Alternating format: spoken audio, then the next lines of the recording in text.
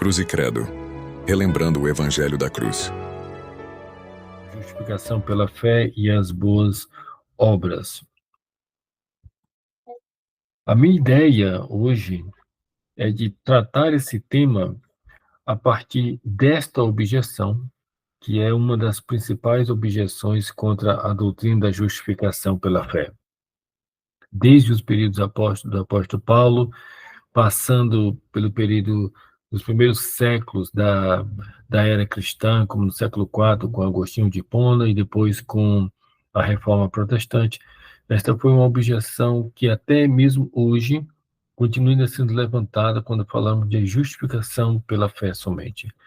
A objeção é esta: a doutrina da justificação pela fé somente desfaz a necessidade de santidade e, por consequente, de boas obras. Sempre que expomos essa doutrina de que o homem é justificado pela fé somente, independentemente de obras, sempre vamos levantar essa objeção. Se o homem é apenas salvo somente pela fé, qual então a importância das boas obras? Ela fica completamente relegada? Qual a importância então da santidade? Ela fica em segundo plano, quase que desnecessário? E a nossa resposta, tem sido a resposta dos cristãos ao longo dos séculos, é essa aqui. Ser justificado pela fé somente é a única condição para ser santo e, por consequente, para produzir boas obras. Ou seja, ao invés da justificação pela fé somente eliminar a necessidade de santidade e de boas obras, ao invés disto, a justificação pela fé, ela torna-se a única condição para uma vida santa e para as boas obras.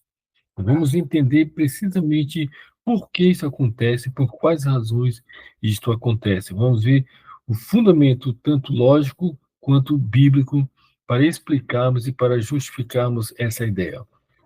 Eu vou demonstrar essa tese a partir de 4 pontos, que serão 4 premissas para fundamentarmos essa proposição, essa tese. Vamos começar por esse aqui. Há somente 2 justiças, a da lei e a da fé. Este é o primeiro ponto. Esta é a primeira premissa. Há somente 2 justiças, a da lei e a da fé. A justiça da lei é aquela mediante a qual o homem justifica a si mesmo por meio das obras da lei. Isso nós já temos explicado várias vezes ao longo desses estudos. O homem cumpre a lei, cumpre os seus preceitos e, assim fazendo, ele justifica ou torna-se justo a si mesmo diante de Deus. Por outro lado, a justiça da fé é aquela mediante a qual Deus justifica o homem gratuitamente pela fé em Cristo. Na primeira justiça, a da lei, o homem salva a si mesmo. A segunda, a da fé, é Deus quem justifica o homem gratuitamente pela fé em Cristo, independentemente de obras. Então, se na primeira justiça nós temos a ação do homem, na segunda justiça nós temos a ação de Deus sobre o homem. Portanto, essa é a primeira premissa para respondermos, para demonstrarmos a nossa tese inicial. Eu vou aqui alistar somente alguns versículos que nos permitem colocar essas 2 justiças. Uma delas é essa aqui, de Romanos 10:3, que os judeus, desconhecendo a justiça de Deus e procurando estabelecer a sua própria, não se sujeitaram à justiça que vem de Deus. Temos assim 2 justiças, a de Deus e a justiça própria do homem. E os judeus cometeram esse erro de ignorar a justiça de Deus e procurarem estabelecer a sua própria, não se sujeitando à justiça que vem de Deus. O segundo ponto, ou a segunda premissa do nosso raciocínio, da nossa argumentação é este aqui. Todo homem é justificado por uma destas duas justiças. Há somente duas justiças. E todo homem é justificado por somente uma destas duas justiças. Isto traz algumas implicações.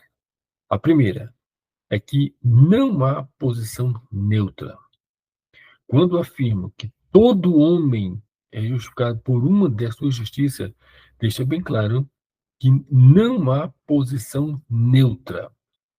Qualquer pessoa que, embora diga que não crê em Deus, que não esteja interessado em tais assuntos, embora diga isto, mesmo assim, essa pessoa está na necessidade de escolher entre a justiça da lei e ou a justiça da fé. Por quê? Porque não existe neutralidade diante dessas duas justiças. Por causa deste versículo. Não há justo, nenhum sequer. Não há quem entenda, não há quem busque a Deus. Todos se desviaram e também se tornaram inúteis. Não há quem faça o bem, não há nenhum sequer. Em outras palavras, por que não há neutralidade? Porque todos pecaram. Embora o homem se considere ateu, ou filósofo, ou cientista, ou seja lá como queira ver a si mesmo, e não queira pensar em tais assuntos, mesmo assim, este homem está intimado a tomar a decisão entre justificar-se a si mesmo ou aceitar a justiça que vem de Deus pela fé em Cristo. Por quê? Porque todo homem pecou. Toda pessoa, todos pecaram, e não há justo nenhum sequer. Tá? Todos pecaram, carecem da glória de Deus e estão debaixo da ira de Deus. Como disse o salmista, Salmo 53, verso 2, não entres em juízo com teu servo, porque à tua vista não há justo nenhum vivente. Não há justo. Todos pecaram. Todos pecaram. Quando Paulo estava em Atenas pregando o evangelho, depois de ele mencionar a ressurreição de Cristo, diz o texto que alguns zombaram. Outros disseram, acerca disso te ouviremos numa outra ocasião. E alguns outros creram. Paulo apenas saiu do meio deles. Independentemente se alguns zombam ou se alguns evitam a questão, se alguns não creem, não importa. Há somente duas justiças e todo homem que pecou está intimado a ter que ser justificado por uma dessas duas justiças. Não há posição neutra. A segunda implicação, e essa aqui é muito mais séria, quando afirmo que todo homem deve ser justificado por uma dessas duas justiças, a segunda implicação é essa aqui. Não há posição intermediária. Desde a época do apóstolo Paulo, sempre houve os judaizantes, o movimento judaizantes, que tentou fazer uma amálgama, tentou fazer uma junção entre a justificação pela lei e pela fé. Sempre houve. Sempre essa tentativa de que a justiça não era somente em Cristo, a justificação não era somente em Cristo. Era necessário que haver a justiça em Cristo, mas também, de alguma forma, a justiça das obras. Hoje, diversos grupos que se consideram cristãos seguem essa mesma linha, como, por exemplo, a Igreja Católica Romana. A doutrina da justificação, conforme a teologia católica romana, ela desconsidera e desacredita que a justificação seja pela fé somente. De acordo com a doutrina católica romana, estabelecida ali no Concílio de Trento, e depois tendo algumas pequenas alterações no Vaticano II, no Concílio Vaticano II, nos anos 60, essa doutrina diz que o homem não é justificado somente pela fé. O homem tem fé, mas essa graça de Deus, a chamada graça preveniente, ela age no coração do homem para que o homem se torne justo e ele coopere em sua própria salvação. Então, de um lado, sim, o homem tem que crer em Cristo, aceitar a justiça de Cristo. Mas de outro, Deus age no coração do homem para tornar esse homem justo e assim cooperar em sua justificação. A ideia da justificação somente pela fé foi defendida na Reforma Protestante pelos reformadores. Então, quando se fala em sola fide, ou somente a fé, é nesse contexto aí. É nesse contexto. A justificação era somente pela fé, ou pela fé somente. Outros movimentos, como Adventistas do Sétimo Dia, por exemplo, que eles acreditam que é necessário guardar o sábado, algumas ordenanças da lei, algumas observações da lei, porque sem tais observações, o homem não é salvo, defende a mesma ideia.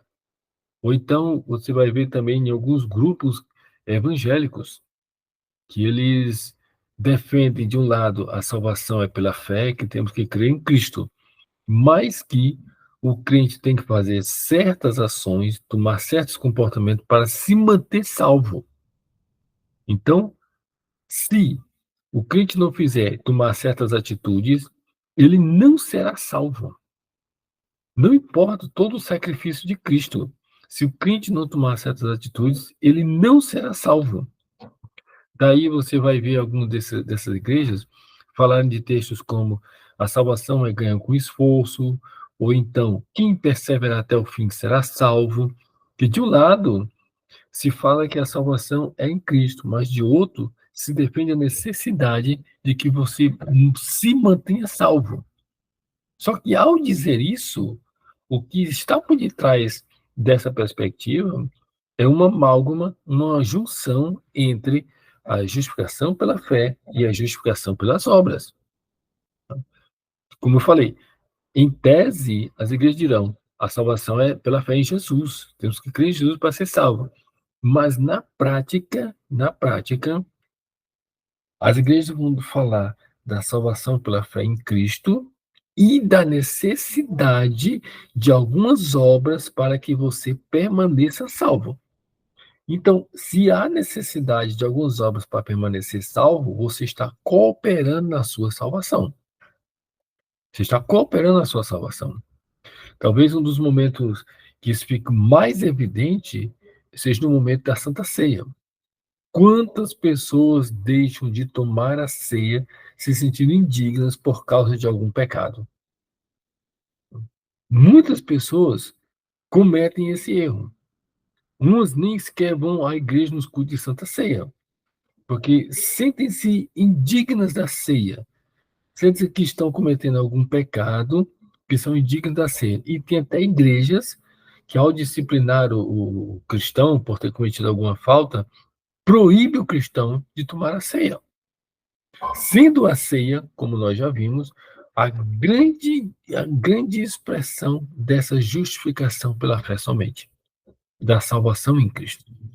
Então, quando a igreja toma essa atitude, fulano está disciplinado, então ele não vai poder participar da ceia.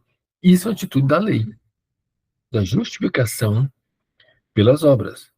Só que é tão sutil na prática, fazer essa junção entre justificação pela lei e pela, pela fé, é tão sutil que às vezes as pessoas não percebem. Mas nós podemos ver isso já dentro do Novo Testamento. Quando o apóstolo Pedro recebe uma revelação de Deus, e ele, pela revelação, ele é levado até a casa de Cornélios para pregar o evangelho. Cornélios, que era um gentil, né, só que bem piedoso, temente a Deus. Pedro vai à casa deste homem para pregar o evangelho. E aí, Atos 10, verso 28, ele começa a sua pregação dizendo: Vós bem sabeis que é proibido a um judeu ajuntar-se ou mesmo aproximar-se a alguém de outra raça. Ele começa logo com essa distinção ou separação entre judeus e gentios. Vós bem sabeis que é proibido.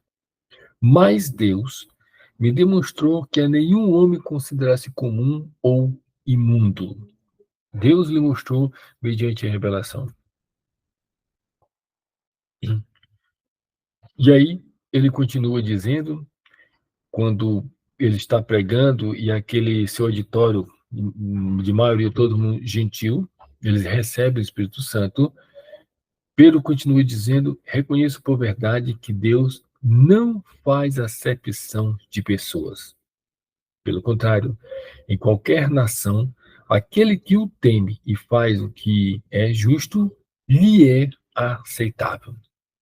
Então, Pedro aqui tem essa experiência extraordinária de ir à casa de gentil, pregar o evangelho e reconhecer que Deus não faz acepção de pessoas. Então, essa atitude de não se sentar ou se juntar com um gentil, ela é totalmente da lei, da justiça da lei. Porque nem Cristo, pelo evangelho, Deus não faz acepção de pessoas. E nós já vimos isso em outros estudos, quando Paulo diz que não há distinção entre judeus e gentios, porque todos pecaram.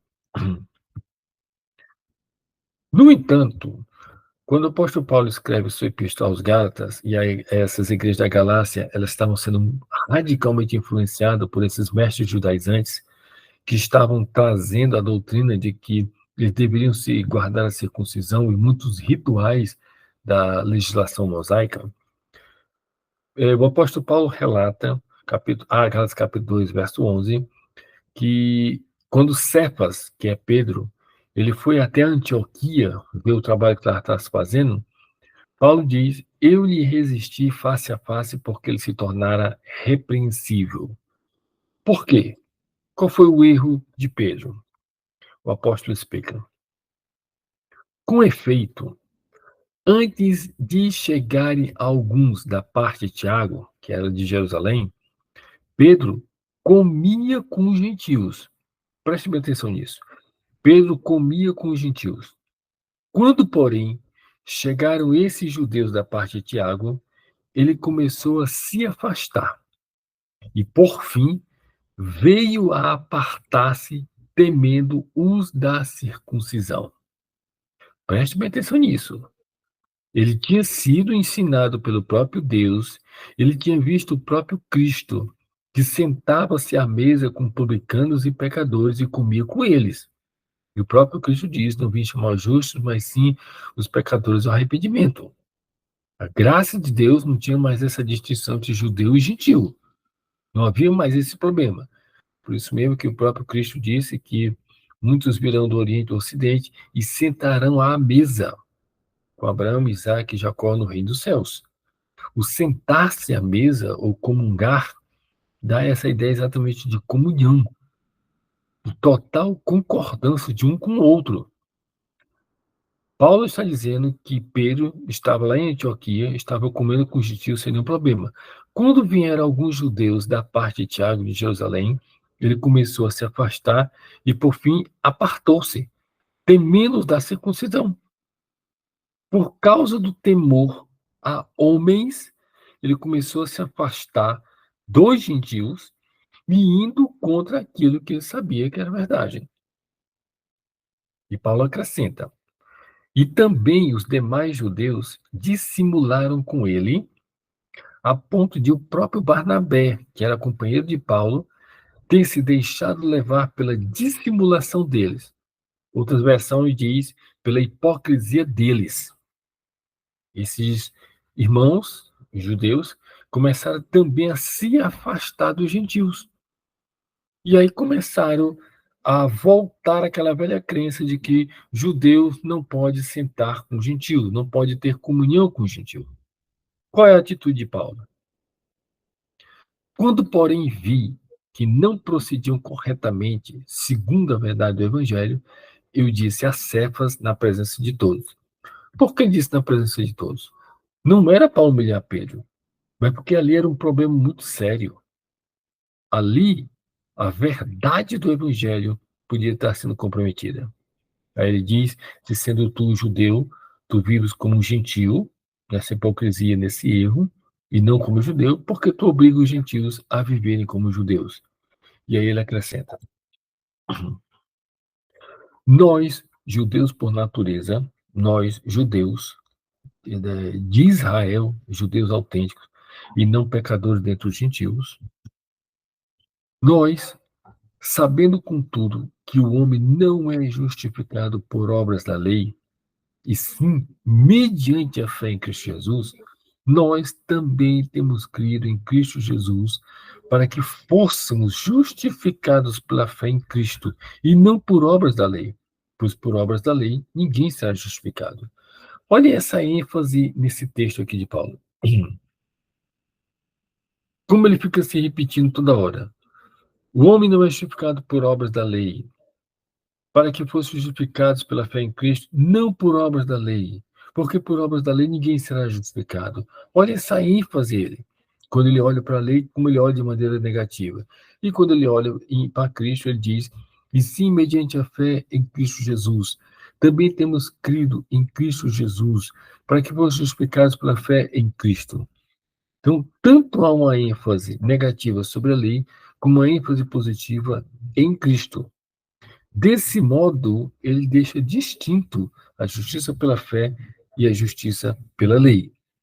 E a crítica de Paulo em relação tanto a Pedro como aos demais judeus é exatamente essa. Essa atitude de vocês estava baseando vocês, colocando vocês debaixo da justiça da lei. Da lei.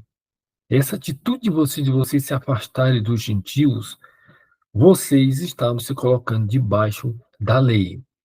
E foi, como falei, foi um problema no primeiro século, porque alguns, Atos capítulo 15 vai dizer isso, alguns indivíduos que desceram da Judéia ensinavam aos irmãos dizendo o seguinte: se não vos circuncidardes segundo o costume de Moisés, não podeis ser salvos. Preste bem atenção. Eles estavam ensinando isso na igreja, aos irmãos. O que eles estavam dizendo, em outras palavras, era: isto por si só não é suficiente. Se vocês não se circuncidarem segundo o costume de Moisés, vocês não poderão ser salvos. Então, Cristo é só uma parte da salvação, não é suficiente. Se vocês não se circuncidarem, vocês estarão perdidos. Perdidos. E, como eu falei, vemos isso em diversas igrejas, que além de Cristo, eles acrescentam diversas outras normas, doutrinas, preceitos e práticas para que o crente possa se manter salvo. Então, teoricamente, vamos dizer, não, a salvação é em Jesus, mas na prática não. Na prática, a salvação para essas igrejas é em Jesus e na religião, na lei. No entanto, qual é a resposta de Paulo? Gálatas capítulo 5, verso 2. Eu, Paulo, vos digo que, se vos deixardes circuncidar, Cristo de nada vos aproveitará. Preste bem atenção. Se vocês aceitarem a circuncisão nessa condição, Cristo de nada servirá para vocês. De nada servirá para vocês. Por quê? Por que Cristo se torna totalmente inútil? Verso 3. De novo testifica todo homem que se deixa circuncidar, preste bem atenção, que está obrigado a guardar toda a lei. Se uma pessoa simplesmente quiser guardar um único mandamento, um único preceito, essa pessoa está obrigada a guardar toda a lei. Então, a pessoa diz, não, esses mandamentos aqui da lei eu quero guardar, os outros eu quero ignorar, e o restante é com Cristo. Está errado esse pensamento. Se você quiser guardar um único mandamento da lei, você está obrigado a guardar toda a lei. Todo o restante da lei. Mas aí você pode dizer, mas a lei nos manda honrar pai e mãe, nos manda amar o próximo, nos manda amar a Deus. Então, para que não guardemos toda a lei, devemos evitar esses mandamentos? Na verdade, não. E aí no verso 4, Paulo vai explicar. De Cristo vocês se desligaram, vocês que procuram justificar-vos na lei. Note bem, não é questão de guardar um mandamento, é a questão de procurar ser justificado na lei. Se você quer se justificar com a justiça da lei, então você não está mais em Cristo. Você não está mais na graça. Você está na lei. Tá? Por quê? Porque não há posição intermediária entre a justiça da lei e a justiça da fé. Não há posição intermediária. Tá? Então, podemos guardar o mandamento de honrar pai e mãe, amar o próximo, amar a Deus. Todos os mandamentos são legítimos. Legítimos. Mas se você quiser guardar os mandamentos para se tornar justo diante de Deus e merecer a salvação, então Cristo de nada nos aproveitará. De nada. Você não está mais agora em Cristo, na justiça pela fé. Você está na justiça da lei. Então, você está obrigado a guardar toda a lei. Cada mandamento, cada preceito, todos os mandamentos estão obrigados a guardar. Portanto, não existe posição nem neutra, nem posição intermediária. E aí é nossa segunda premissa. Todo homem deve se justificar ou pela lei ou pela fé, mas não por ambas.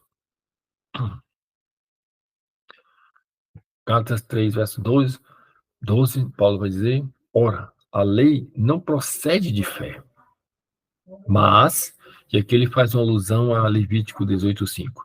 Aquele que observar os meus preceitos, por eles viverá. Não procede de fé. Não procede de fé. A lei procede de quê? De obras. Aquele que observar os seus preceitos, por eles viverá. O texto lá de Levítico 18:5 diz: portanto, os meus estatutos, os meus juízos guardareis. Aí olha só, cumprindo-os, o homem viverá por eles, eu sou o Senhor. Como é que o homem viverá pelos estatutos e juízos do Senhor, da lei? Cumprindo-os. Não é crendo, é cumprindo-os. Então, o homem que cumprir a lei, por ela viverá. Essa é a justiça da lei. A justiça da lei não procede de fé, procede de obras. Essa é a justiça. Então, se você quer ser justo para a justiça da lei, você vai ter que cumprir todos os mandamentos sem tropeçar em nenhum deles. E se é a decisão do homem de se justificar pela lei, então Cristo não lhe aproveita de nada. Não lhe aproveita de nada. Como ele disse lá em sua resposta a Pedro, nós cremos que o homem é justificado pela fé em Cristo, independentemente das obras da lei. Né? Terceiro ponto, a nossa terceira premissa é esta: a justiça da lei condena. Há somente duas justiças, da fé e da lei. Todo homem está obrigado a se justificar ou pela fé ou pela lei, mas a justiça da lei condena. O principal texto que vai nos orientar nisto é este aqui, Romanos 3,19. Ora, sabemos que tudo o que a lei diz, todos os preceitos, todos os mandamentos, todas as ordenanças, tudo o que a lei diz, aos que vivem na lei, ou seja, todos os homens que pecaram, o diz. Para quê? Porque a lei diz o que diz? Para que se cale toda a boca. Essa expressão cale-se toda a boca é que não haja réplica, não haja desculpa, não haja nenhuma defesa. Se cale toda a boca. Lembrem-se que a ideia da justificação deve ser entendida a partir do quadro de um tribunal. Deus é o juiz e o pecador é o réu. Então, quando não há mais defesa, se cale toda a boca. E a consequência e o veredito, e todo mundo seja culpável perante Deus. Preste bem atenção nesse texto. Tudo que a lei diz torna todo mundo culpável perante Deus. A ordenança da lei é exatamente a da condenação. Isso fica também evidente nessa passagem de 2 Coríntios capítulo 3. No contexto, o apóstolo está fazendo a distinção, uma comparação e um contraste entre a justiça pela fé em Cristo, a justiça do Espírito, o ministério do Espírito, e o ministério da letra ou da lei. E fala que o ministério da lei foi glorioso, porque quando Moisés subiu no monte para receber a lei, quando ele desceu, o seu rosto resplandecia com glória. Tanto que ele tinha que colocar um véu para que os filhos de Israel não temessem aquela glória em seu rosto. Só que aquela glória, diz Paulo, não era permanente. Ficou durante um tempo, mas depois desvaneceu, certo? E ele diz que o ministério do Espírito não é permanente. E aqui no verso 9 ele diz: porque se o ministério da condenação foi glória, em muito maior proporção será glorioso o ministério da justiça, no contexto da justiça em Cristo. Agora eu chamo a atenção de vocês para essa descrição. Olha só como é que ele chama a lei: o ministério da condenação. O ministério da condenação. A lei condena. E por que a lei condena? Primeiro, porque a lei não justifica. Então, Paulo tendo dito lá, para que se cale toda boca e todo mundo seja culpável diante de Deus, no verso seguinte ele diz: visto que, aí nós temos aquela locução que mostra apenas por quê, se cale toda boca e todo mundo seja culpável perante Deus. Por quê? Porque ninguém será justificado diante de Deus por obras da lei. A lei não torna ninguém justo. Não justifica ninguém. E por que não? Por causa do segundo ponto. A lei traz o conhecimento do pecado. Por que a lei condena? Porque ela não justifica, não torna ninguém justo diante de Deus, e ela não justifica porque ela traz apenas o conhecimento do pecado, a consciência do pecado. Então, no mesmo texto, quando Paulo disse, visto que ninguém será justificado por obras da lei, a parte B do versículo diz, em razão de que, pela lei, vem o pleno conhecimento do pecado. Qual é o problema da lei? Não é a lei em si. O problema da lei é o pecado. Esse é o problema da lei. Por que que ninguém consegue ser salvo pela justiça da lei? Por causa do pecado. É o pecado que impede o homem de se justificar pela lei. Foi esse o grande problema que os judeus não perceberam. Onde está o erro? Não é na lei. A lei é santa e o mandamento do santo justo e bom, dirá Paulo em Romanos 7. Mas o problema do homem é o pecado. Esse é o grande problema do homem. E por que isso aqui é um pecado? Por que isso aqui é um problema? E aqui, em Hebreus capítulo 7, verso 18 e 19, ele vai mostrar exatamente essa questão da fraqueza da lei. No contexto, ele está fazendo uma comparação entre o sacerdócio de Cristo, de acordo com a ordem de Melquisedeque, e a antiga ordenança, que é a lei. E aí ele diz, portanto, por um lado se revoga a anterior ordenança, que é a lei, e por que se revoga? Por causa de sua fraqueza e inutilidade. Fraqueza pelo pecado e inutilidade. Por que inutilidade? Porque a lei nunca aperfeiçoou ou justificou coisa alguma. A lei é fraca por causa do pecado e ela é inútil, porque ela não torna ninguém perfeito ou justificado perante Deus. De que forma a lei, então, traz o conhecimento do pecado? Primeiro, a lei traz o conhecimento do pecado como informação. A lei mostra o que é o pecado, o que é o errado, o que é o erro. Por isso, nós vamos ver em Romanos 7:7 isto. Que diremos, pois, é a lei pecado? De modo nenhum. Mas eu não teria conhecido, entendido o pecado, senão por intermédio da lei. Preste bem atenção. Por que é que eu sei que ter outros deuses é errado? Porque a lei diz isso. Não terás outros deuses. Por que é que eu sei que amar o próximo é o certo? Porque a lei diz isso. Amará o próximo como a ti mesmo. E por que é que eu sei que cobiçar é errado? Porque a lei diz, não cobiçarás. Então, a lei, ela traz a explicação do que é o certo e do que é o errado. E quando você compara a legislação mosaica, né, do povo de Israel da antiguidade com qualquer outro povo, você vai ver a grande superioridade da lei na nação de Israel em relação a qualquer outra civilização. A lei expressa a vontade de Deus e a santidade de Deus. Então, ela mostra exatamente o que é o certo e o que é o errado.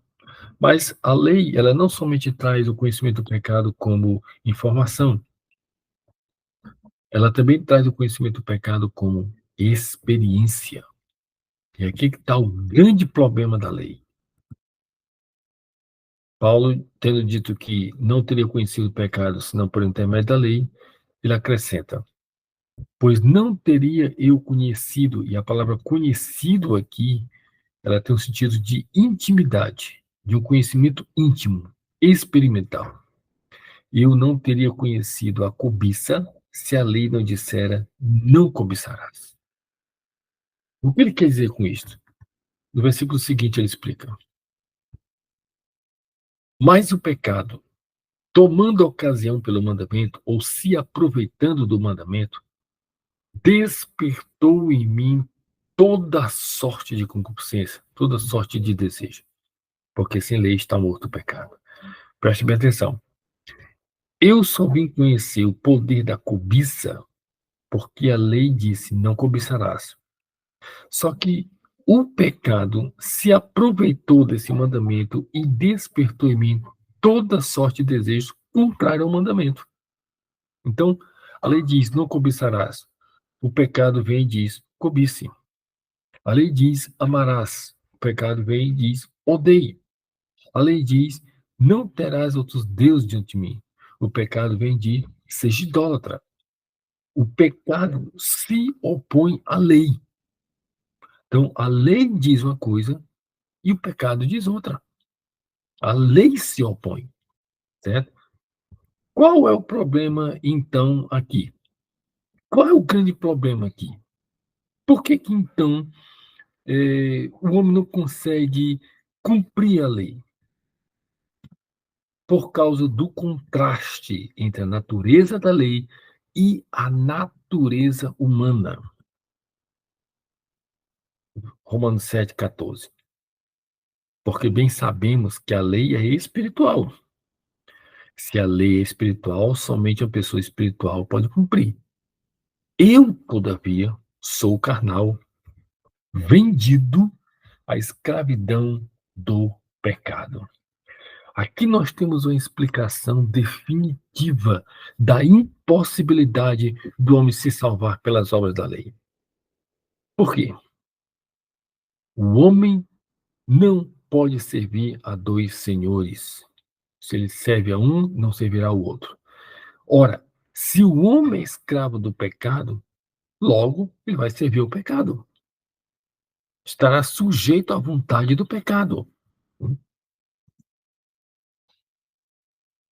E aqui nós temos uma descrição, eu vou voltar de novo para Romanos, mas esse texto aqui de Efésios nos dá uma perfeita descrição do que é essa escravidão no pecado.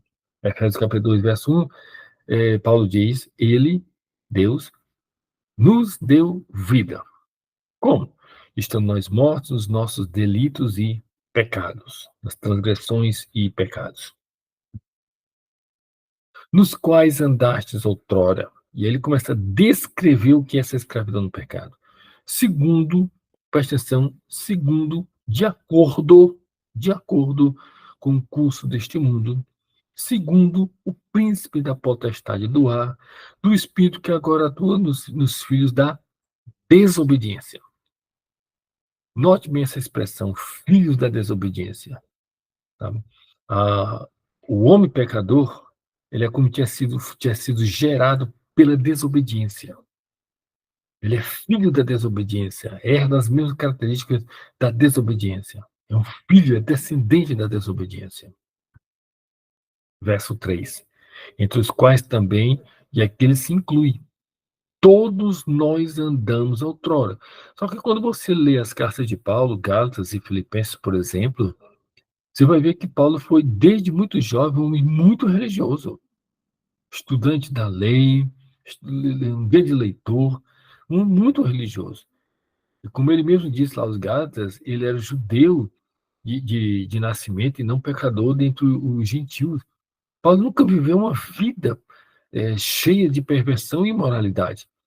Mas, independente disto, independente da sua conduta externa, espiritualmente, esse era o estado, entre os quais também todos nós andamos outrora, segundo as inclinações. Olha a palavra segundo, de acordo, de conformidade com as inclinações da nossa carne, fazendo a vontade, não de Deus, a vontade da carne, dos pensamentos. E a consequência, e éramos, por natureza, filhos da ira, como também os demais. Isso aqui é a perfeita descrição do que é escravidão no pecado. Isso é escravidão no pecado. Hum? Pessoas, às vezes, limita a falar de pecado em termos de bebida, ou drogas, ou qualquer vida imoral. Mesmo que a pessoa não tenha nada desses vícios que geralmente as pessoas veem como pecador, bem que a pessoa não tenha nada disso, seja muito religiosa, esse é o estado dela por natureza. Esse é o estado dela por natureza. Ela é governada pelas inclinações da sua carne pecaminosa, pelo mundo e pelos príncipes da potestade do ar, o espírito da potestade do ar, que é o diabo. Esse é o estado de um homem.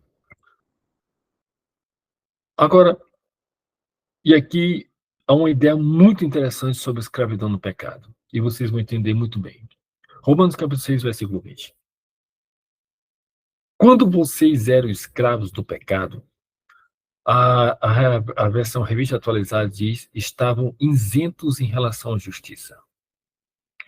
Preste bem atenção aqui. Quando vocês eram escravos do pecado, vocês estavam livres em relação à justiça. Ou seja, em relação à justiça, vocês estavam livres. Vocês não eram escravos da justiça. No que diz respeito à justiça, vocês estavam livres. Vocês não obedeciam à justiça. Por quê? Porque vocês eram escravos do pecado. Não eram escravos da justiça. Em relação à justiça, vocês estavam livres. Mas vocês eram escravos do pecado. Como eu falei, ninguém pode servir a dois senhores. Então, se vocês eram escravos do pecado, vocês servirão o pecado. Vocês não servirão a lei, não servirão a justiça. Vocês servirão o pecado. Certo? E aí Paulo continua. Porque quando vocês eram escravos do pecado, vocês estavam livres da justiça. Só que naquele tempo que vocês eram escravos do pecado, ele pergunta, naquele tempo, quando vocês eram escravos do pecado, que frutos vocês colheram? Somente as coisas de que agora vocês se envergonham, porque o fim delas é morte, que é o pecado. E aí, olha essa ideia de que um homem que é escravo de um senhor não pode servir a outro. Porque no versículo seguinte, ele vai dizer: agora, porém, libertados da escravidão do pecado e transformados em escravos de Deus, o fruto que você escolhe é para a santificação. E o fim, neste caso, é a vida eterna. Então, note bem, qual é o problema da lei? O pecado. O homem é escravo do pecado. Por isso, ele não consegue cumprir a lei, não consegue obedecer à lei. Durante o quarto século, na discussão entre Agostinho e Pelágio, Pelágio dizia que o homem era pecador porque tinha escolhido ser pecador. Que o homem ele não herdou o pecado de Adão. O homem vem ao mundo totalmente livre do pecado. Mas quando ele vai crescendo, ele escolhe ser o pecador, escolhe o caminho do pecado. Agostinho, por outro lado, vai dizer que não, que o homem ele é escravo do pecado por natureza, que, como diz Paulo em Romanos capítulo 5, por meio da transgressão de um homem entrou o pecado no mundo. Pecado no mundo. É o chamado doutrina do pecado original, certo? Com o passar dos séculos, muitos cristãos começaram a dizer, especialmente durante o período da Reforma Protestante, que o homem ele era parcialmente livre e parcialmente escravo. Então começou a se difundir a ideia de que o homem tinha uma parte que era influenciada pelo pecado, mas a sua vontade, o seu arbítrio, era totalmente livre. Então o homem poderia decidir livremente se ele queria servir a Deus ou queria servir o pecado, certo? Daí a expressão livre-arbítrio, nesse contexto cristão teológico, se refere a isso. O arbítrio é a vontade.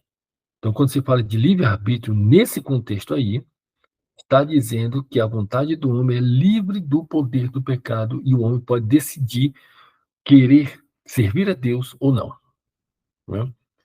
Em oposição a isso, os reformadores vão dizer que o homem é totalmente corrompido pelo pecado. Sua mente, suas emoções, inclusive sua vontade. O homem é totalmente escravo do pecado. Ele nasce como escravo do pecado. E se Cristo não libertar o homem permanece escravo. Entendam bem. Se a vontade do homem é livre e o homem pode escolher, decidir fazer a vontade de Deus e obedecer a Deus, se o homem é capaz de fazer isso, então esse homem é capaz de cooperar na sua própria justificação. Essa é a consequência lógica inevitável. Se eu decido livremente obedecer à lei, se eu decido obedecer à lei, então a justificação agora, como Paulo disse, se você guardar um mandamento, está obrigado a guardar todos. Então, se eu decido, se eu sou capaz de obedecer à lei, a justiça já não é mais por Cristo. Já é agora pela sua capacidade de cumprir a lei. Cumprir a lei. Se sua vontade é livre do pecado, então você é capaz de cumprir a lei. Basta escolher cumprir. Mas levanto o desafio a qualquer pessoa que diga que a sua vontade é livre, eu simplesmente desafio. Cumpra os mandamentos. Cumpra os mandamentos sem falhar em nenhum deles. É só cumprir. Se você é livre, então decida cumprir todos os mandamentos. E qualquer pessoa que disser que é capaz de cumprir, vai estar indo flagrantemente contra o ensino bíblico. Contra o ensino bíblico. Por quê? Porque todos pecaram. Não há justo nenhum. Então, qual for a pessoa que em qualquer momento da história decidiu e foi capaz de cumprir a lei? Só tinha exceção a Jesus, como homem. Mas nenhum outro foi capaz de fazer isso. E lembre-se que Paulo se inclui entre eles. Ninguém cumpriu a lei. Todos são escravos do pecado. Daí, Romanos capítulo 8, versículo 7. Por isso, o pendor da carne é inimizade contra Deus. Por quê? Olhe a resposta de Paulo. Porque não está sujeito à lei de Deus. Vírgula. Olha a parte final desse versículo. Nem mesmo pode estar. Quem está na carne é inimigo de Deus. Por quê? Porque não se sujeita à lei de Deus. E Paulo acrescenta: nem mesmo pode estar. Nem mesmo pode estar. A pessoa não tem condição por si mesma de se sujeitar à lei de Deus. Paulo está aqui com todas as palavras. Não se sujeita à lei de Deus, nem mesmo pode estar. Tal pessoa não tem poder em si mesma para se sujeitar à lei de Deus. De maneira que, 1 Coríntios 15:56, o aguilhão da morte, ou o ferrão da morte, é o pecado. Todos os homens que pecaram morreram, né? Porque o salário do pecado é a morte. E a força do pecado é a lei. Então, por que que a lei condena? Por causa do pecado. Ela não justifica e ela traz o pleno conhecimento do pecado. E aqui eu quero responder essa pergunta aqui. Paulo disse que sem a lei está morto o pecado. Se sem a lei está morto o pecado, por que então ela foi dada? Já que foi a lei que manifestou, que trouxe o conhecimento do pecado, então por que Deus deu a lei? Já que o pecado é uma objeção, uma revolta contra a lei, por que então Deus deu a lei? Se Deus não tivesse dado a lei, o homem não teria se manifestado seu pecado, né? Na verdade, a resposta é a seguinte: primeira, a lei é posterior ao pecado. Ela veio depois. A lei, estou falando aqui, a legislação de Moisés, né? A lei, ela veio depois do pecado. É o que Paulo vai dizer em Romanos 5, verso 13. Porque até a vinda da lei, ou ao regime da lei, preste bem atenção, havia pecado no mundo. Ou seja, até o momento que a lei foi dada por Moisés, né, no Monte Sinai, o pecado já estava no mundo. Por quê? Verso 5, capítulo 5, versículo 12.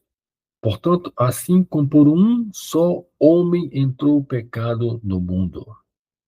Por que o pecado entrou no mundo? Pela transgressão de Adão. É por isso que o pecado entrou no mundo. E pelo pecado a morte.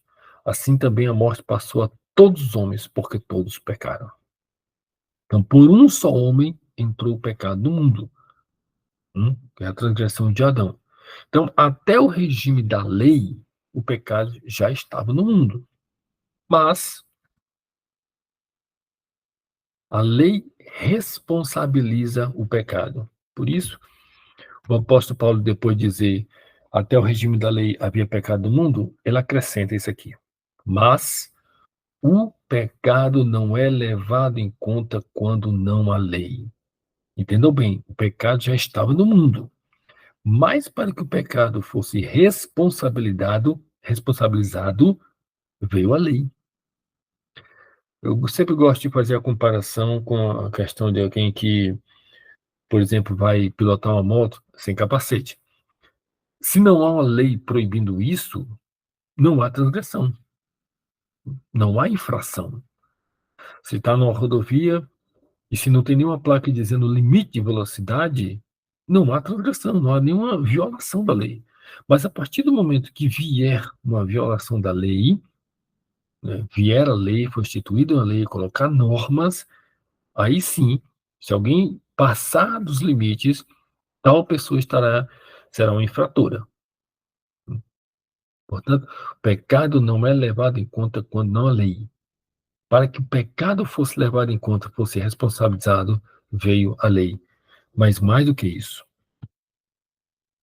a lei agrava o pecado. A lei não somente responsabiliza o pecado, a lei agrava o pecado. Como eu falei, a lei, o pecado já estava no mundo. Ele já estava no mundo. Independente de haver a lei ou não, o pecado já estava no mundo. Romanos 5, verso 20. Sobreveio a lei para que avultasse a ofensa. Avultasse, que significa aumentasse, tornasse ainda maior a ofensa. E no caso, a ofensa aqui, pelo contexto, é a transgressão do pecado de Adão. Então, a lei veio para que aumentasse ainda a ofensa. Então, o pecado já estava no mundo. E alguém pode dizer, não, mas eu pequei porque eu não conhecia o certo. Pois bem, veio a lei e mostrou o que é certo. E agora, por que continua pecando? Então, o que a lei fez foi aumentar a ofensa. A força do pecado é a lei. E a lei veio exatamente para responder, para primeiro mostrar que o pecado existia. A lei veio para responsabilizar o pecado. E a lei veio para aumentar o pecado. Tornou o pecado ainda pior. Mas alguém pode dizer, eu não sabia, mas agora não. Não há mais desculpa. Não há mais desculpa. A lei faz com que todos se calem e todo mundo seja culpável perante Deus. Quer saber o que é pecado? É só mostrar a lei. É só mostrar a lei. Apresentar a lei, a força da lei. E a pessoa vai estar, então, convicta de pecado. E aqui, deixa eu resumir rapidamente o nosso raciocínio, né, a lógica do meu pensamento, para que chegamos ao último ponto. Eu afirmei que há somente duas justiças, a da lei e a da fé. Todo homem é justificado por uma dessas duas justiças. Falei que a justiça da lei condena. Então, há somente duas justiças, o homem é justificado por uma delas. Ora, a justiça da lei condena. Logo, qual é a conclusão? A justiça da fé salva. Se há somente duas justiças, uma condena, como vimos, logo a outra salva. Para falar disso, Romanos capítulo 8, versículo 1. Agora, pois, já nenhuma condenação há para os que estão em Cristo Jesus. A lei não condena em Cristo Jesus. Não há como o ministério da condenação ser aplicado a quem está em Cristo Jesus. Por que não? Por que é que a justiça da fé salva? Primeiro, porque a justiça da fé nos liberta da justiça da lei. É o que Paulo vai dizer no verso seguinte. Nenhuma condenação há para os que estão em Cristo Jesus. Por quê? Verso 2. Porque, note a conjunção explicativa. Por que não há condenação para quem está em Cristo Jesus? E aqui está a resposta de Paulo, a explicação de Paulo. Porque a lei do Espírito da vida em Cristo Jesus te livrou da lei do pecado e da morte. Eu vou analisar rapidamente esse versículo de trás para frente. Lei do pecado e da morte. Paulo está usando essa descrição aqui para falar acerca da lei. Por que a lei do pecado e da morte? Por que a lei é descrita assim? Do pecado, porque a lei realça o pecado. Como nós vimos, a lei revela o pecado como experiência. E aí, Romanos 7, verso 5, ele diz, porque quando vivíamos segundo a carne, note bem essa parte B do versículo, as paixões pecaminosas postas em realce pela lei, operavam em nossos membros a fim de frutificarem para a morte. Certo? A lei, Paulo escreve aqui, a lei do pecado, porque a lei realça o pecado, estimula o pecado. A lei diz, não cobiçarás, mas o pecado toma ocasião pela lei e o pecado se torna ainda mais forte. O pecado sempre se opõe à lei, certo? E por que da morte? O próprio versículo já diz, a fim de frutificarem para a morte, mas Romanos 6,14, porque o pecado não terá domínio sobre vocês, porque não estáis debaixo da lei, sim da graça. Note essa relação da força do pecado através da lei. E essa descrição aqui de Tiago acerca do pecado. Então, a cobiça, depois de haver concebido, dá à luz o pecado, e o pecado, uma vez consumado, gera a morte. De Romanos 7,1. Ele vai mostrar, então, qual a necessidade de sairmos da lei. Note bem, a justiça da fé, ela nos liberta da justiça da lei. E era necessário que isso acontecesse, porque todo homem está debaixo da lei por natureza. Todo homem. Certo? E é necessário que assim acontecesse. Romanos 7, verso 1 diz: porventura ignorais, irmãos, pois falo aos que conhecem a lei, que a lei tem domínio sobre o homem toda a sua vida. Todo homem, por natureza pecador, está debaixo da lei. A lei veio para que todo mundo se cale, todo mundo seja culpável perante Deus. Enquanto o homem estiver vivo, a lei tem domínio sobre ele. Então, o primeiro passo aqui, o que a justiça da fé faz, é nos libertar da justiça da lei. Primeira coisa que tem que acontecer. Tá? Você diz, eu creio em Cristo e estou livre. Mas você tem que entender exatamente o que isso significa. Tá? A pessoa diz, não estou debaixo da lei, estou debaixo da graça. Mas quando você pergunta o que é estar debaixo da lei, grande parte dos cristãos não entende isso. Não sabe o que significa. É necessário entender que exatamente é esse domínio. Paulo afirma aqui, começa por essa premissa: a lei tem domínio sobre o homem toda a sua vida. Enquanto o homem estiver vivo, a lei tem domínio sobre a sua vida. De que forma, então, uma pessoa pode se livrar da lei? Certo? E aqui, a partir do verso 2, ele vai usar como comparação ou analogia o casamento. Esse texto não fala de casamento. Entendo bem isso. Isso aqui é uma comparação que Paulo faz para explicar esse conceito de estar debaixo da lei enquanto você está vivo. Ora, a mulher casada está ligada pela lei ao marido, mas enquanto ele vive. Olha só esse ponto. Mas, se o mesmo morrer, desobrigada ficará da lei conjugal. Qual é a premissa inicial? A lei tem domínio sobre o homem toda a sua vida. Para ilustrar isso, Paulo diz: pense numa mulher casada. A mulher está ligada pela lei ao marido, enquanto o marido vive. Mas se o marido morrer, ela está desobrigada da lei, está livre da lei conjugal. De maneira que ela será considerada adúltera se, vivendo ainda o marido, ela se unir com outro homem. Porém, se morrer o marido, ela estará livre da lei e não será adúltera se contrair novas núpcias. Alguém pergunta, não, mas a questão do divórcio, não é esse o ponto. Entendo bem, Paulo aqui não está fazendo uma exposição sobre casamento.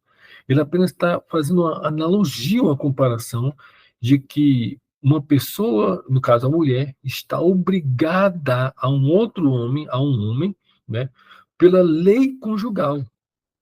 Mas se o homem morrer, ela está livre. E ela, se ela contrair novas núpcias, ela não será considerada uma adúltera. Então, através da morte, ou pela morte, ficamos livres da lei. Através da morte. A única maneira de uma pessoa se ver livre da lei é morrendo. Deve morrer para a lei, a fim de ser livre dela. E aí vem a segunda razão por que a justiça da fé nos salva. Porque a justiça da fé não somente nos livra da lei, mas a justiça da fé nos põe em Cristo. Isso aqui é um ponto extraordinariamente interessante.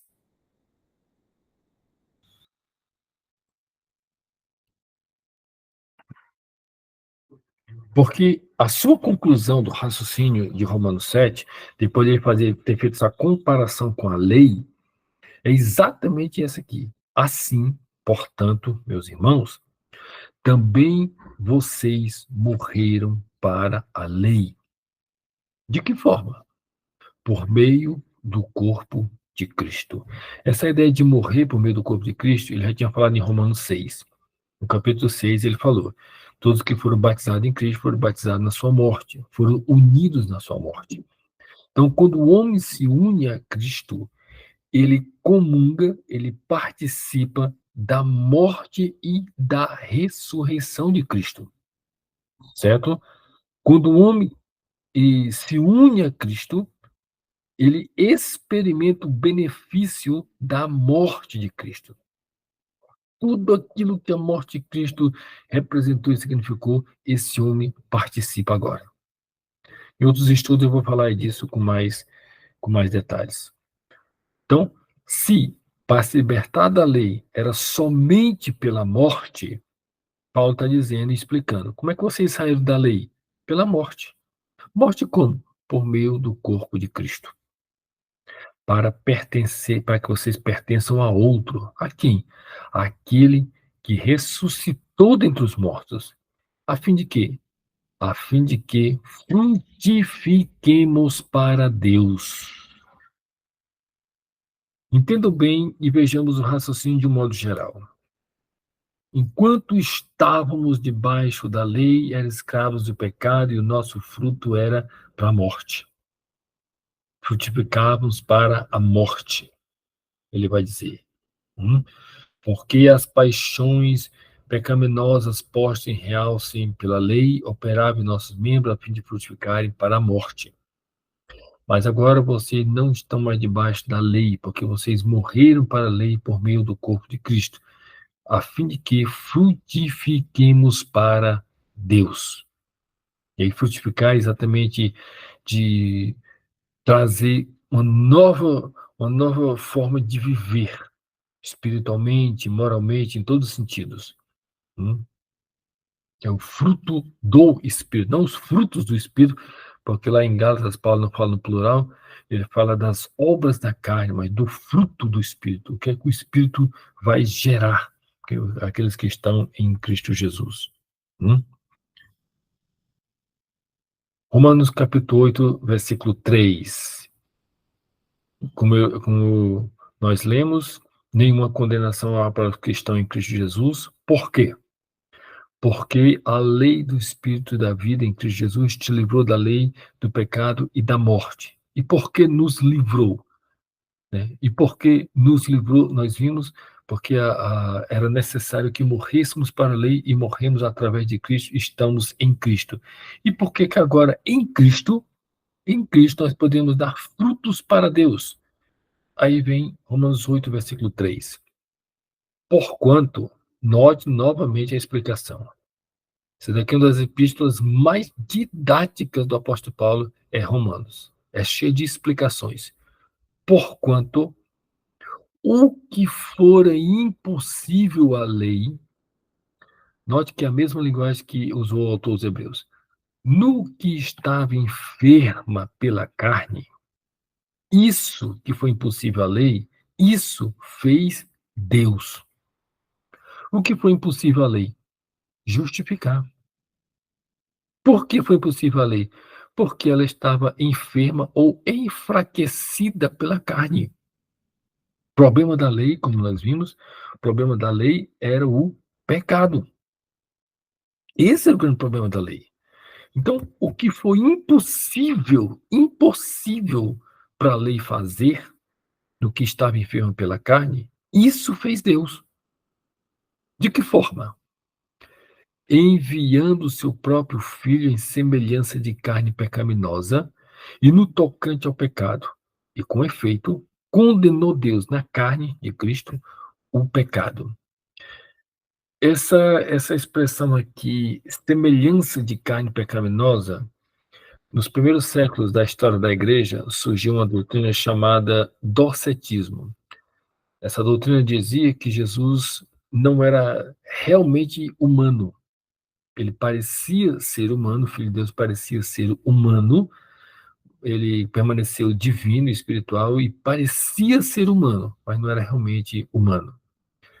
A igreja cristã, ela rejeitou essa doutrina e acreditava, e especialmente depois do concílio de Calcedônia, onde se ficou estabelecido realmente a divindade de Cristo, nós admitimos que Deus se fez homem em Cristo Jesus, e Cristo era homem, 100% homem e 100% Deus. certo? Então, o que essa expressão quer dizer em semelhança de carne pecaminosa? E aqui eu gosto de usar essa tradução da NVI, essa versão da NVI, que para mim traduz melhor a ideia do original grego. Porque aquilo que a lei fora incapaz de fazer por estar enfraquecida pela carne, Deus o fez. Como? Enviando o seu próprio filho à semelhança do homem pecador. Cristo não foi um homem pecador, mas ele se tornou homem, semelhante a um homem pecador. Você vai ver em sua humanidade, né? Você vai ver em suas dores, em suas limitações espaço-temporais. A semelhança, em outras palavras, está dizendo, Deus enviou o seu filho como homem. E a outra parte do versículo ainda traduz melhor do que a revista atualizada. Porque na revista atualizada nós lemos no tocante e semelhança de carne pecaminosa e no tocante ao pecado.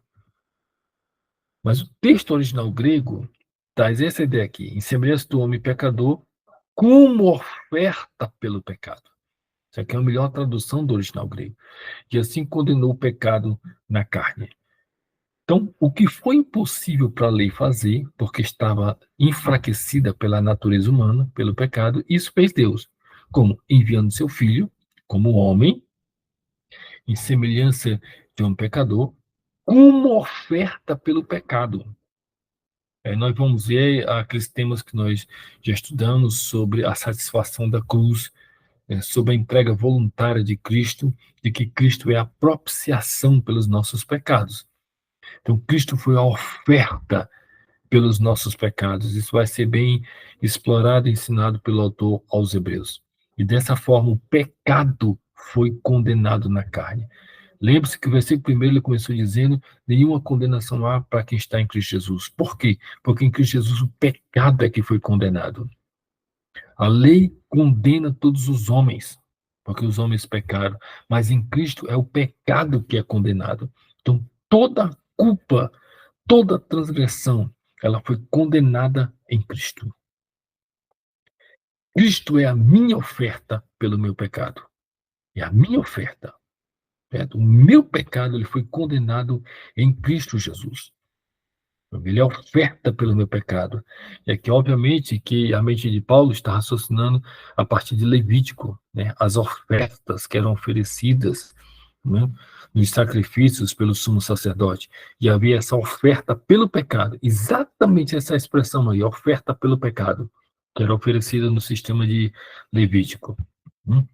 Então, Paulo está dizendo, o que foi impossível para a lei fazer, Deus fez através do sacrifício de Cristo. Ele nos justifica gratuitamente através do sacrifício de Cristo. No próximo estudo, nós vamos ver o conceito da fé dentro da salvação e vamos entender melhor isso aqui.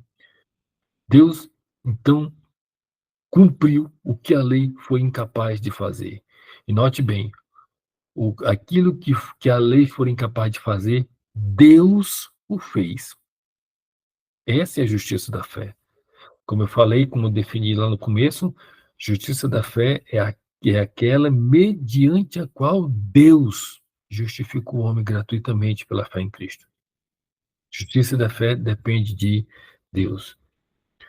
Um texto que vai nos explicar bem essa ideia de Jesus feito semelhança de um pecador é esse aqui.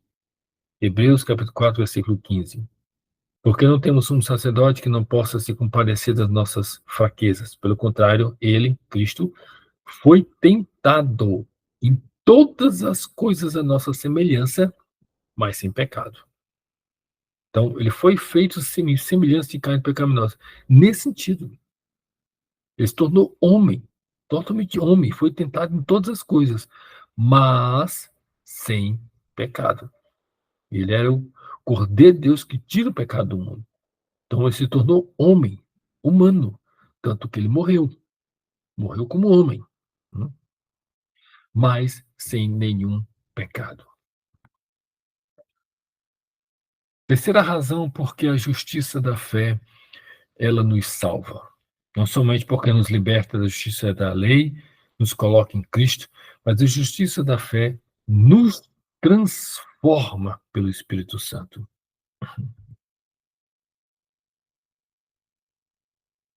E aí, novamente voltando para Romanos capítulo 8, nenhuma condenação para os que estão em Cristo Jesus, porque a lei do Espírito da vida nos livrou da lei do pecado e da morte, porque o que foi impossível para a lei fazer, isso Deus fez. E Deus fez com qual propósito? Aí nós temos o versículo 4. A fim de que o preceito da lei se cumprisse em nós.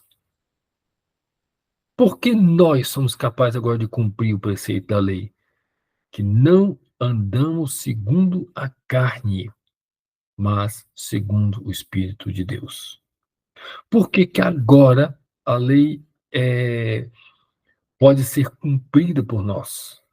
Por que que estamos agora em condições de cumprir a lei agora, de praticar a lei? Por quê? Porque não andamos segundo a carne, mas segundo o Espírito de Deus.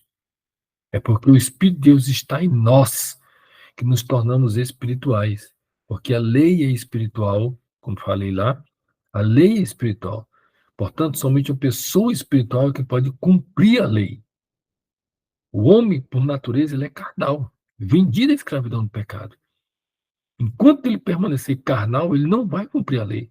Mas agora, em Cristo Jesus, recebemos um novo espírito. Um novo espírito. Não andamos mais segundo a carne, andamos segundo o Espírito de Deus, certo? E nós somos capazes de cumprir a lei. Cumprimos a lei perfeitamente? Não, porque embora o Espírito de Deus esteja em nós, esteja nos transformando, nos moldando, nos santificando, ainda somos pecadores. Mas a culpa pelo nosso pecado foi paga em Cristo Jesus. Foi paga. Iniciou-se agora o processo da santificação. Preste bem atenção como esse versículo está construído. A fim de que, isso mostra o propósito. Então, quando a pessoa diz, não, a justificação pela fé somente exclui as obras. Não. A justificação pela fé é o que de fato nos permite ter obras. É o que de fato nos permite ter santidade. Se não houver esse fundamento da justificação pela fé, as pessoas vão tentar cumprir todo o sistema religioso na, confiando apenas em si mesmas, no seu próprio esforço. E aí, irmãos, está a grande explicação por que muitas pessoas saem da igreja, porque elas tentam viver de um modo que elas não vão conseguir viver, não vão conseguir viver. Vai chegar um tempo que vão cansar da religiosidade e não vai ser insuportável, insuportável. E na maioria das pessoas, na maioria dos casos de pessoas que eu conheci que se diziam que tinham se desviado da igreja, a maioria nunca sequer tinha ouvido o evangelho, tinha entendido o evangelho, que realmente tinha ouvido o evangelho da salvação pela fé, nunca tinha ouvido. Apenas vinha para a igreja, faça isso, aquilo outro, cumpra esse mandamento, cumpra isso outro, e tentou viver uma vida religiosa. Chegou um tempo que não suportou mais. Uns que não suportam, saem da igreja, têm coragem de sair da igreja, e vivem se culpando, e vivem se lamentando, e vivem se martirizando, martirizando. Outros que não saem se tornam hipócritas, sabe? E ficam tentando viver de um modo que não são nada daquilo, que tem um coração totalmente corrompido e caído e não quer nada daquilo, sabe? E outros que vivem tentando, embora não saiam, vivem sofrendo na igreja porque tem medo de se sair, se forem condenados e irem para o inferno. Qual é o problema dessas pessoas? Nunca ouviram nem entenderam o evangelho. Esse é o problema. Esse é o grande problema da maioria dessas igrejas. Tá? Nunca ouviram realmente o que é o Evangelho de Cristo.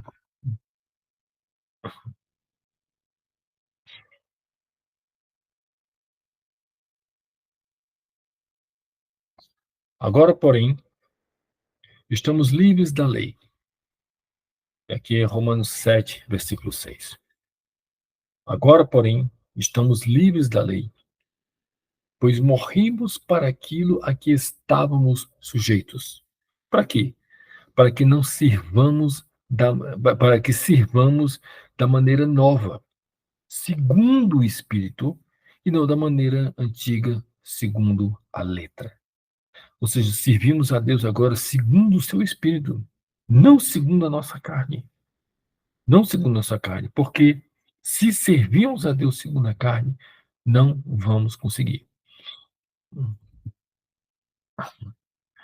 E aqui nós vamos entender precisamente a crítica do apóstolo Paulo aos Gálatas, não é? Capítulo 3, verso 1, ó Gálatas insensatos, tolos, nécios, quem vos fascinou, quem vos encantou, quem vos seduziu a vocês, ante cujos olhos foi Jesus Cristo exposto como crucificado? Aqui nós temos a mensagem da cruz. Diante dos olhos de vocês, Cristo foi apresentado como crucificado. Nada decidi saber entre vocês senão a Cristo e este crucificado. Paulo pregou a mensagem da cruz, do evangelho da cruz, certo? Então, quem foi que seduziu vocês? Diante de vocês foi apresentado Cristo como crucificado. E aí ele prossegue. Quero apenas saber isso de vocês. Vocês receberam o Espírito Santo pelas obras da lei ou pela pregação da fé? Hum? A resposta é óbvia, pela pregação da fé. Porque é a justiça da fé que concede o Espírito Santo. E aí, Efésios capítulo 1, versículo 13, em quem também vós, depois que ouvistes a palavra da verdade, o evangelho da vossa salvação, tendo nele crido, também crido, vocês foram selados com o Espírito Santo da promessa. Romanos 8, verso 9. Vós, porém, vocês, porém, não estão na carne, mas no Espírito. Se de fato o Espírito de Deus habita em vocês. E se alguém não tem o Espírito de Cristo, esse tal não é dele. Assim, pois, irmãos, nós somos devedores não à carne, como se estivéssemos obrigados a viver segundo a carne. Porque se vocês viverem segundo a carne, caminharão para a morte. O salário do pecado é a morte. Mas se, pelo Espírito, mortificares os feitos do corpo, certamente viverão. Portanto, reafirmando a nossa tese inicial, a justificação pela fé somente é a única que nos permite a santidade e, por consequente, as boas obras.